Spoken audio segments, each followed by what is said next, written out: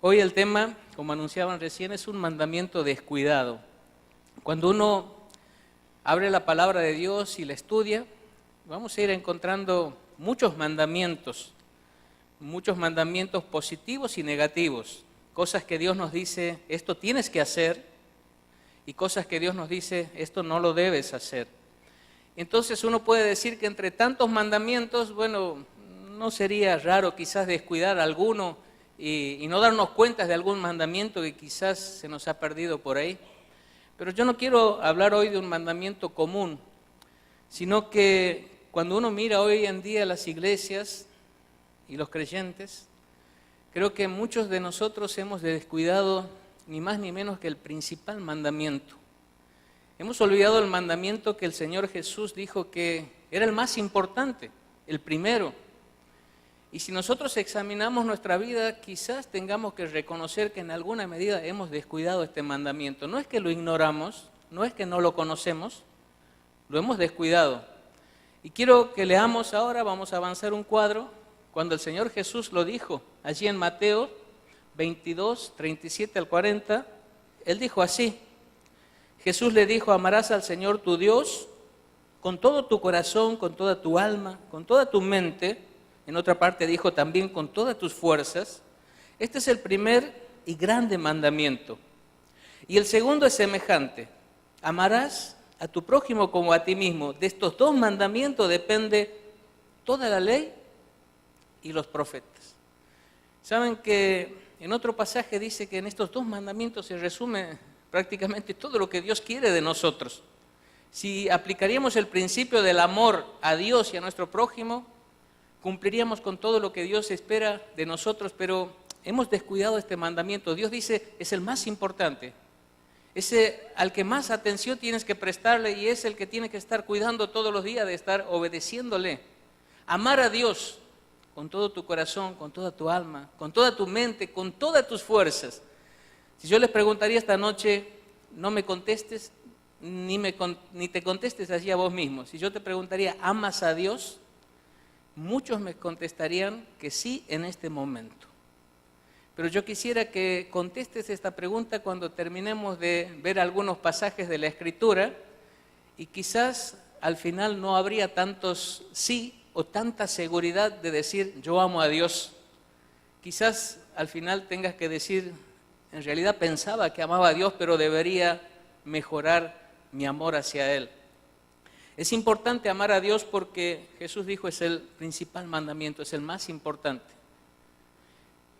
Hay 7 cartas que Jesús escribe a las iglesias de Asia allí en Apocalipsis, y a la primera de las iglesias le dice, yo conozco tus obras, yo conozco tu arduo trabajo, yo conozco tu paciencia, pero le dice, tengo algo contra ti, has dejado tu primer amor.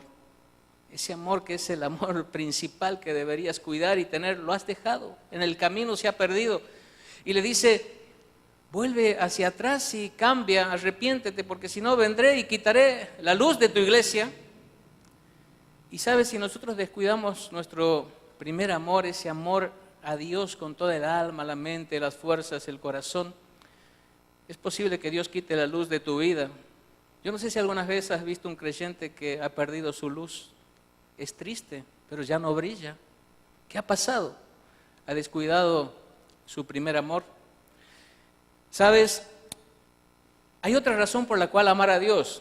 No solo porque es el principal mandamiento, nos lo dijo Jesús. No solo porque Dios dice, no descuides este amor porque tu luz se puede apagar y puedes dejar de brillar. Hay una promesa maravillosa en la Escritura que para poder reclamarla nosotros tenemos que poder decir desde el corazón, Dios te amo, amo a Dios. Me gustaría que veamos esta promesa. Avanzamos un cuadro, dice en Romanos 8:28. Dice así, y sabemos que a los que aman a Dios, todas las cosas les ayudan a bien. Esto es, a los que conforme a su propósito son llamados. Yo creo que esta es una de las promesas más maravillosas que hay en la Biblia. En la Biblia hay muchas promesas, miles de promesas, pero esta es una de las promesas más maravillosas que hay en la palabra de Dios. Y dice, sabemos que a los que aman a Dios, y está la promesa, Todas las cosas ayudan a bien. Es una promesa maravillosa por quien la hace, es Dios. Un Dios omnipotente, un Dios soberano, un Dios infinitamente rico y que tiene autoridad sobre absolutamente todos los reinos, te hace esta promesa. Esto significa que Él la va a cumplir, Él es fiel. Sí o sí va a cumplir su promesa porque Él es fiel, porque tiene los recursos, el poder, la soberanía y la autoridad para cumplir lo que promete. Y Él dice, todas las cosas te van a ayudar a bien, van a trabajar, van a cooperar para bien. Y cuando Dios dice todo, toda circunstancia, aun aquellas que quizás te resulten dolorosas, tristes o te confundan aún, Dios dice, yo voy a usar esas cosas para bien. Pero es una promesa condicional. Fíjense que dice, y sabemos que a los que aman a Dios, no es una promesa dirigida a todas las personas, a los que aman a Dios, esta promesa es para ellos. Y hay algo importante aquí, a los que conforme a su propósito son llamados. Esta promesa de que todas las cosas van a cooperar, trabajar para bien, es en vista del propósito y del plan que Dios tiene para tu vida. No significa que todas las cosas van a ayudar para bien y van a cooperar para que se cumplan tus deseos, tus anhelos, tus planes o tus caprichos, no. Dios dice para que mi plan se cumpla en tu vida. Yo tengo un plan para tu vida y ese plan es maravilloso. Ahora, no te sientas desilusionado por esto, porque quiero decirte algo. Los pensamientos y los planes de Dios para tu vida son mucho, pero mucho más altos que tus propios pensamientos y que tus propios planes para tu vida. Lo mejor que te podría pasar en la vida es que los propósitos y los planes de Dios se cumplan. Mucho mejor que tus propios deseos y planes y anhelos se cumplan. Lo que Dios ha pensado para vos es lo mejor. Él te ama, Él es sabio, Él desea absolutamente lo mejor para tu vida. Y Él te hace esta promesa. Todas las cosas van a cooperar y trabajar para que mi plan maravilloso se cumpla en tu vida. Pero me tienes que amar. Porque esta promesa es para los que aman a Dios. Quizás esta promesa la puedas ver efectivizada, vamos a decir así, en la vida de José, el hijo de Jacob. Y vemos así cómo Dios tenía un plan maravilloso para José. Y Dios usó todo lo que fue pasando en su vida para que ese plan se pudiera cumplir. Usó la envidia y el odio de sus hermanos. Usó la lujuria de la esposa de su amo. Usó el olvido de sus compañeros de cárcel. Y usó cosas que aparentemente parecían desagradables, feas, que seguramente introdujeron a José en una confusión porque él era fiel a Dios, amaba a Dios y muchas veces quizás no entendió lo que Dios estaba haciendo, pero Dios estaba haciendo que cada una de esas cosas cooperara, trabajara en favor del plan que Dios tenía, del propósito que Dios tenía para José, hasta que todo ese plan se despliega delante de él. Él llega a ser el segundo en la potencia más grande de aquel tiempo, Egipto, y es el instrumento que Dios usa para salvar a su pueblo y para que todos sus planes y promesas puedan seguir hacia adelante. Dios promete esto en tu vida, pero tienes que amar a Dios. ¿Amas a Dios? Entonces aquí se nos hace necesario hacernos una pregunta. Avanzamos un cuadro y ¿qué significa amar a Dios? Porque quizás estás diciendo allí, yo amo a Dios, pero estás pensando solo en un sentimiento, estás pensando en algo que está allí en tu corazón y una inclinación a favor de Dios y un deseo de Dios y un anhelo de Dios. Pero quiero decirte que amar a Dios es algo más allá de esto. Y la palabra de Dios lo explica y de una forma clara, que todos podamos entender y al final podamos hacer una evaluación y podamos decir, ¿realmente estoy amando a Dios? ¿O yo creía que amaba a Dios pero no le estoy amando? Pero antes de mirar lo que la Biblia dice en cuanto a lo que es amar a Dios, yo quiero decirte que no se puede dar lo que uno no tiene. Es imposible dar lo que uno no tiene. Y la Biblia dice que nosotros podemos amar a Dios porque Él nos amó a nosotros primero. Si nosotros no hubiésemos recibido el amor de Dios, si el amor de Dios no se hubiese derramado en nuestros corazones, jamás tendríamos la posibilidad de amarle a Dios como Él merece y es digno de ser amado. Entonces la pregunta que cabe antes que nada es esta: ¿ya has recibido el amor de Dios? ¿El amor de Dios se ha derramado en tu vida? ¿Hay un día en el que vos has experimentado ese derramamiento de amor en tu corazón? Porque si no has recibido ese amor, no vas a poder dar amor. Y quiero decirte que cuando Dios te da su amor, junto con su amor vienen cosas maravillosas. Cuando uno recibe el amor de Dios, no solo recibe su amor, también recibe perdón. Porque cuando Dios nos da su amor, nos da el perdón de nuestros pecados. Todos nosotros hemos pecado, hemos ofendido a Dios de muchas formas. Y no necesito explicarte lo que es el pecado ni convencerte de que eres un pecador. Si miras con honestidad tu vida y tu pasado, vas a encontrar muchas veces en los que has ofendido a Dios, en pensamientos, en palabras, en acciones, en deseos. Todos lo hemos hecho. Cuando el amor de Dios se derrama, no solo se derrama su amor, se derrama el perdón de los pecados. No solo se derrama el perdón, sino también la salvación del alma. Porque dice la Escritura que la paga del pecado es muerte. Y esto no solo habla de una muerte física, habla de una muerte eterna, una separación de Dios por siempre en un estado de condenación en el infierno. Cuando el amor de Dios se derrama, hay perdón. Cuando el amor de Dios se derrama, hay salvación. Pero cuando el amor de Dios se derrama en una vida, hay vida eterna. ¿Y sabes qué significa esto? La vida de Dios en vos y en mí, pero también una vida eterna significa un lugar en el cielo después de esta vida. Pero para disfrutar de perdón, de salvación, de vida eterna, necesitas que el amor de Dios se derrame en tu corazón. ¿Y sabes cuándo llega el amor de Dios a tu corazón? Cuando entiendes que Dios te amó de tal manera que un día envió a su Hijo unigénito, a Jesucristo, a dar su vida por vos en el Calvario, a derramar su sangre preciosa en aquella cruz de dolor y de vergüenza, para que todo aquel, dice la Escritura, que en Él cree, no se pierda, mas tenga vida eterna. El amor de Dios hizo que su Hijo venga a este mundo, se haga hombre, muera en la cruz por tus pecados y por mis pecados, derrame su sangre preciosa, resucite al tercer día, para que todo aquel que en Él cree, que en Él confía, pueda tener perdón, salvación, vida eterna. Dice Dios en su palabra que Dios mostró su amor para con nosotros en que siendo nosotros pecadores, débiles, impíos, Cristo murió por nosotros. ¿Y sabes cuándo el amor de Dios invade tu corazón y tu vida? Cuando nosotros depositamos nuestra fe en Jesucristo. Cuando creemos que Él murió por nuestros pecados, para ser nuestro Salvador.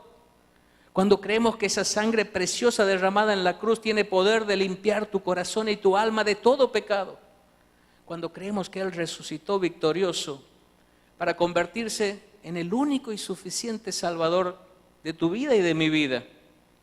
Y Dios dice que por la fe en Jesucristo y en su obra, el amor de Dios se derrama en nuestros corazones. Para que vos puedas experimentar el amor de Dios, el perdón de Dios, la salvación de Dios, la vida eterna de Dios, lo que necesitas es creer en Jesús, creer en su obra, en su persona y aceptarle como tu Salvador personal. Es una decisión de confiar en Jesús y aceptarle como tu Salvador personal. Hasta que no tomas esta decisión, allí en tu corazón, entre vos y Dios, no puedes tener ese amor que luego vas a poder volcar a Dios y hacia otros. Necesitas de Cristo en tu corazón. Por eso es que tienes que creer en Él e invitarle a ser tu Salvador en esta noche. Y sabes que lo puedes hacer allí. Vos puedes orar a Dios en tu mente. No necesitas cerrar tus ojos, no necesitas inclinar tu cabeza. En tus pensamientos puedes hablar a Dios, porque dice Dios, la palabra no está en tu boca y Él ya la sabe toda, así que en tu corazón puedes decirle a Dios, Dios, quiero recibir tu amor. Así le puedes decir, creo que Jesús murió por mis pecados, creo que Jesús resucitó y por la fe yo quiero que Cristo venga a mi corazón esta noche, me perdone, me salve, me dé vida. Puedes hacerlo ahí en tu corazón, entre vos y Dios.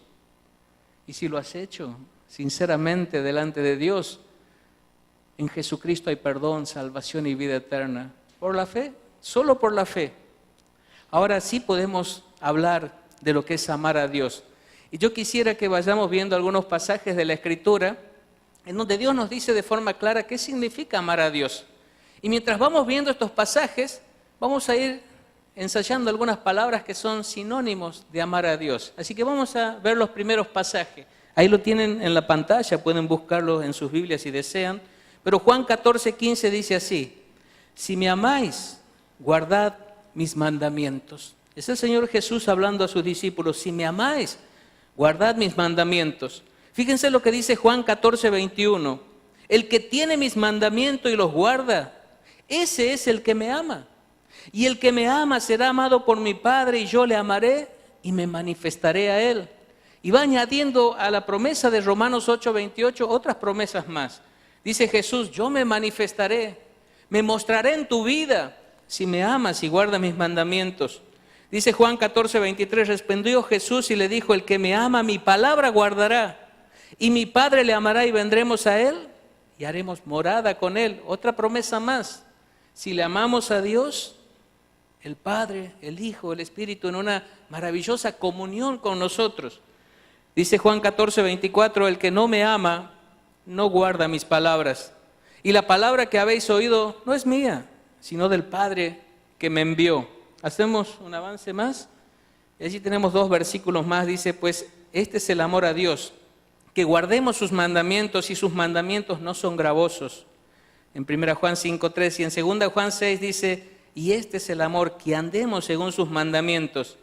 Este es el mandamiento, que andéis en amor, como vosotros habéis oído desde el principio.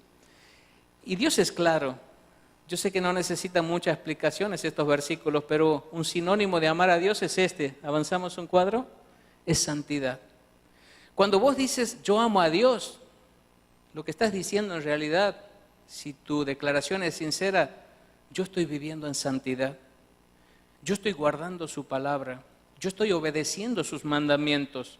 Yo estoy cumpliendo con su voluntad en todas las áreas de mi vida, todos los días de mi vida, las 24 horas de mi vida.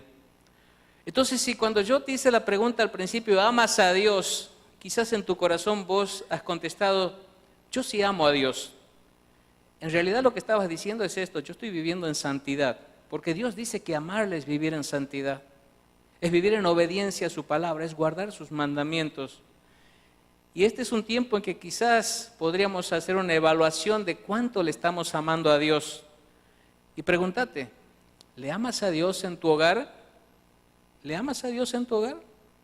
¿Estás guardando su palabra? Esposo, ¿amas a tu esposa como Cristo amó a la iglesia? ¿La sustentas, la cuidas, la santificas? Esposa, ¿estás sujetándote a tu esposo y respetándole? Hijos, ¿están obedeciendo a vuestros padres? ¿Padres están criando a sus hijos en amor, en disciplina, en amonestación del Señor? ¿Estás obedeciendo a Dios? Amar a Dios es guardar su palabra en nuestro hogar. Quizás podrías evaluarte y preguntarte, ¿estás amando a Dios en tu trabajo? ¿Sos honesto en tu trabajo? ¿Haces las cosas conforme a la palabra de Dios y a la voluntad de Dios? Puedes decir que amas a Dios en tu trabajo, porque Dios es Dios no solo en la iglesia, es el Dios del hogar, es el Dios del trabajo. ¿Amas a Dios en tu tiempo en internet, en las cosas que miras, en las cosas que hablas o chateas con otro? ¿Sos santo en tus pensamientos? Sabes, amar a Dios es vivir en santidad. Amar a Dios es guardar su palabra. Si no tienes santidad en todas las áreas de tu vida, no puedes decir que amas a Dios. Y si no puedes decir que amas a Dios, no puedes reclamar sus promesas. No puedes pedirle a Dios que Él haga que todas las cosas que suceden a tu alrededor ayuden para bien, porque esa promesa no es para vos ni para mí si yo no vivo en santidad. No puedes pedirle a Dios que no apague la luz de tu vida y que sigas brillando en este mundo si no amas a Dios. Estas promesas son para los que aman a Dios. Y si amas a Dios, tienes que estar viviendo en santidad. Vamos a leer otro pasaje. Allí en Juan 21, 15 al 17, después que Jesús resucitó y después que los discípulos fueron a pescar y allí se encuentran con Jesús, un encuentro de satisfacción, decía yo, porque no habían pescado, estaban frustrados, con hambre, con frío, cansados, y allí se acerca el Señor Jesús y les prepara comida y un fueguito y los espera y les hace tener una pesca abundante. y fue un encuentro maravilloso, pero el Señor Jesús tenía un propósito aún más profundo, que era restaurar a Pedro. Y dice así este pasaje: cuando hubieron comido, Jesús dijo a Simón Pedro: Simón, hijo de Jonás, ¿me amas más que estos? Le respondió: sí, Señor, tú sabes que te amo. Él le dijo: apacienta mis corderos. Volvió a decirle la segunda vez: Simón, hijo de Jonás, ¿me amas? Pedro le respondió: sí, Señor, tú sabes que te amo. Le dijo: pastorea mis ovejas. Le dijo la tercera vez: Simón, hijo de Jonás, ¿me amas? Pedro se entristeció de que le dijese la tercera vez: ¿me amas? Y le respondió: Señor, tú lo sabes todo, tú sabes que te amo. Jesús le dijo: apacienta mis ovejas. Es interesante este pasaje, hay muchos detalles, pero hoy vamos a pasar por alto la mayoría de ellos. Quiero enfocarme solamente en esta pregunta de Jesús: Pedro, ¿me amas? Y sabes que cuando uno analiza este pasaje en el original es interesante, porque en realidad lo que Jesús le pregunta a Pedro: Pedro, ¿me amas?, usando una palabra en el griego, ágape.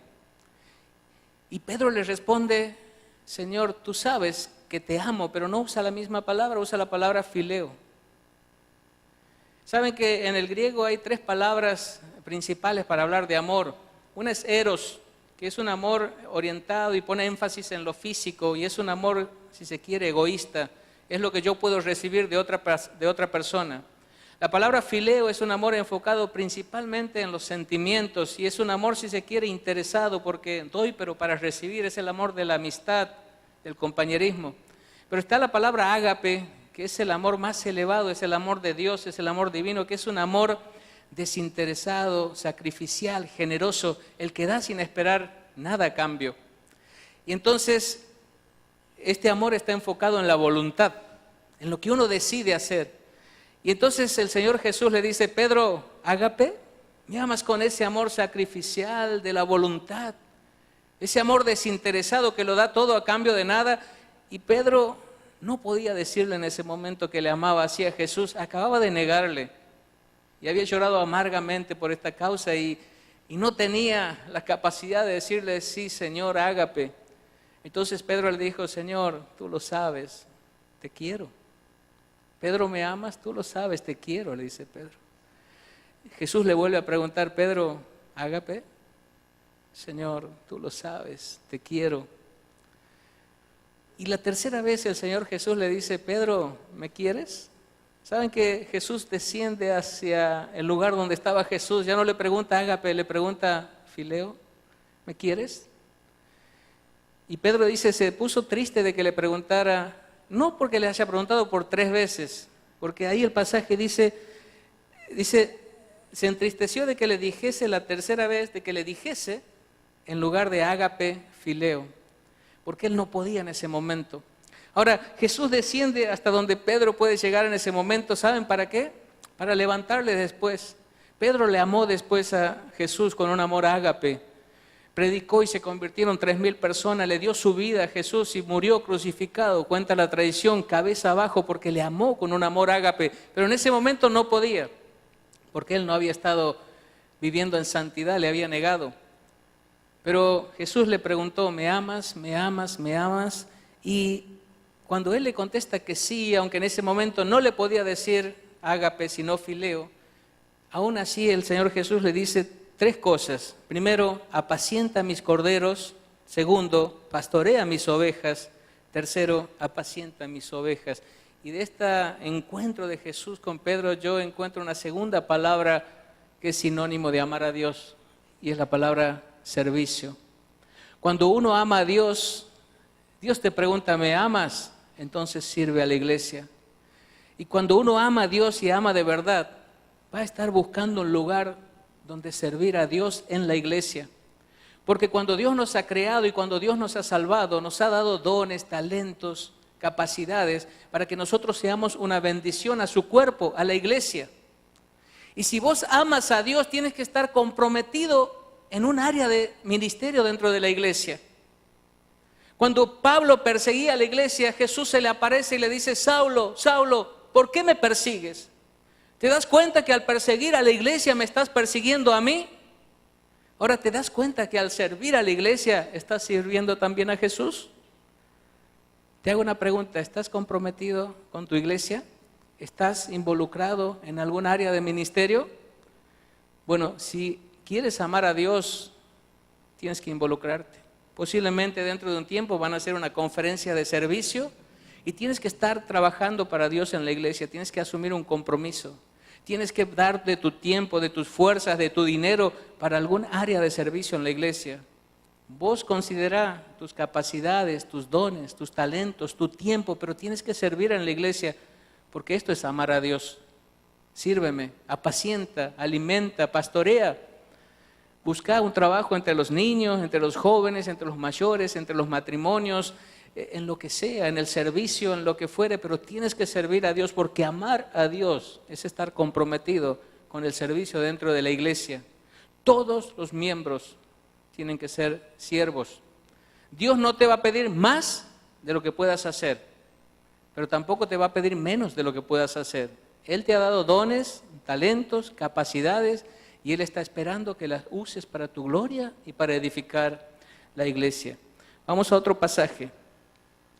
Oh almas adúlteras, ¿no sabéis que la amistad del mundo es enemistad contra Dios? Cualquiera pues que quiera ser amigo del mundo se constituye en enemigo de Dios. ¿O pensáis que la Escritura dice en vano, el Espíritu que Él ha hecho morar en nosotros nos anhela celosamente? Y dice así, 1 Juan 2:15, no améis el mundo ni las cosas que están en el mundo. Si alguno ama el mundo, el amor del Padre no está en él. El amor del Padre no está en él. Y sabes, aquí está haciendo un paralelismo entre lo que es un matrimonio en un sentido espiritual. Y dice que si nosotros amamos el mundo, si nos hacemos amigos del mundo, compañeros de este mundo, estamos siendo infieles a Dios. Estamos cayendo en el adulterio espiritual. Esto no es amor, esto es infidelidad. Y el otro pasaje dice, no ames al mundo. Si vos estás amando este mundo, el amor de Dios no está en vos. Y la otra palabra que tenemos allí, que es sinónimo de amar a Dios, es separación. Y separarse de este mundo no es alejarnos de las personas incrédulas o de los lugares. A veces pensamos que esto es el mundo. El mundo es nuestro campo misionero. Es donde tenemos que trabajar, es donde tenemos que actuar y es donde tenemos que brillar y llevar el Evangelio. No significa que nos vayamos a una montaña a vivir solos. El mundo es nuestro campo misionero. Por eso el Señor Jesús dijo, no te pido que lo quites del mundo, te pido que lo guardes del mal. Lo que aquí está diciendo que no amemos lo que el mundo ama. El problema no es nosotros en el mundo, sino es el mundo en nosotros y en nuestro corazón. Es que no adoptemos la forma de pensar de este mundo, de sentir de este mundo y de vivir de este mundo. Y sabes, muchas veces el mundo se ha instalado en nuestro corazón y nosotros vivimos como ellos. Aquí somos cristianos, pero fuera no hay diferencia, porque nuestro corazón ha sido ganado por el sistema de este mundo. ¿Saben? Este mundo, en primer lugar, es egoísta. Se ama a sí mismo. Y vive pensando en sus propios deseos, en sus propios intereses.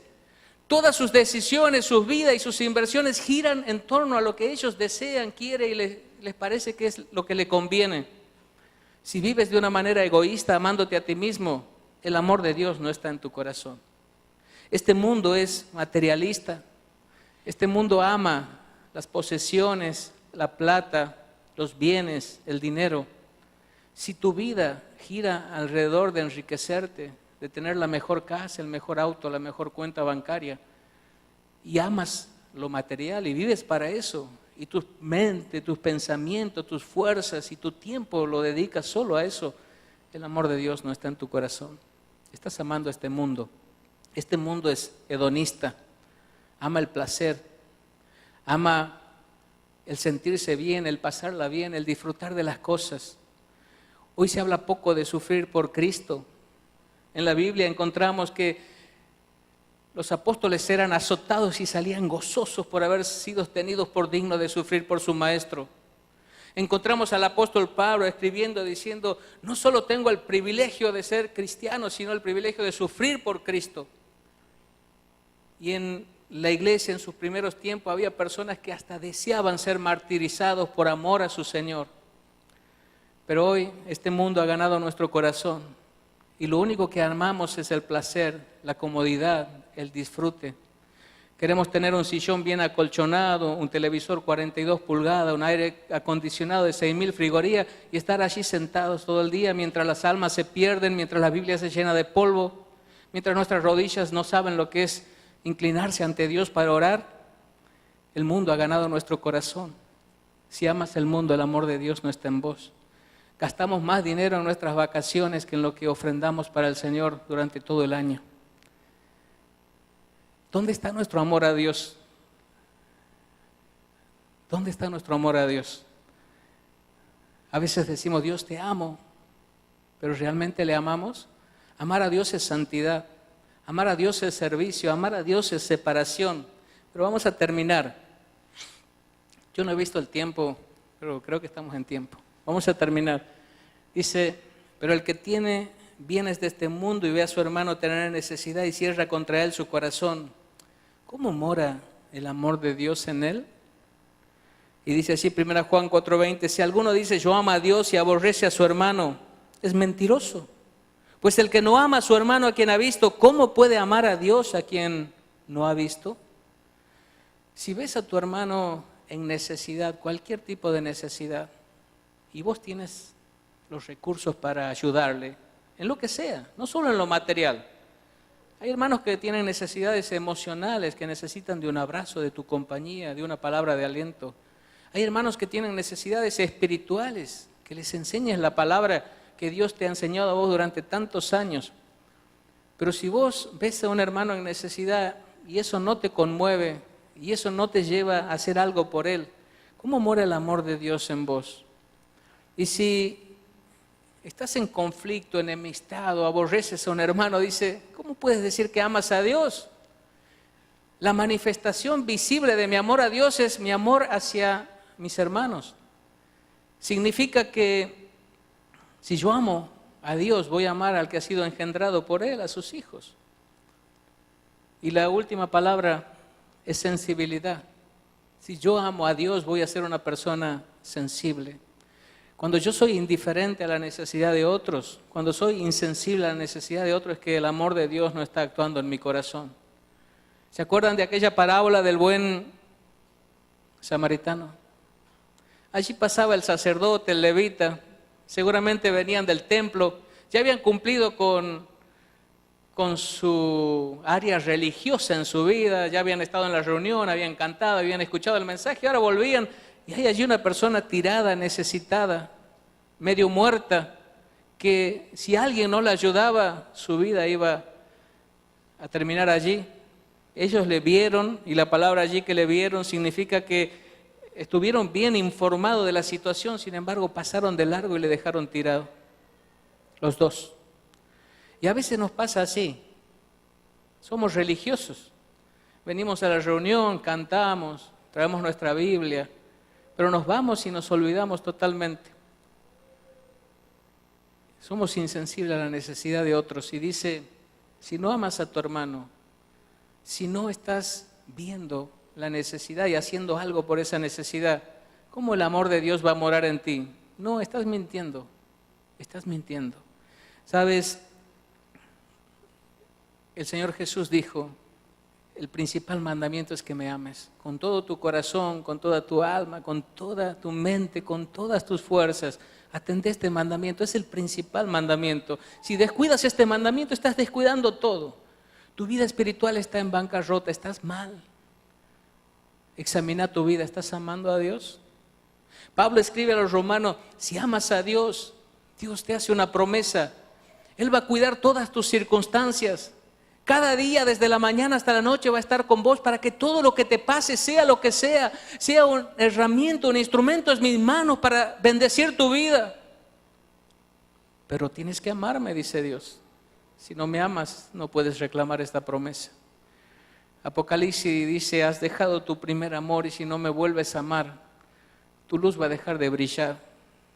Qué feo es cuando un creyente deja de brillar.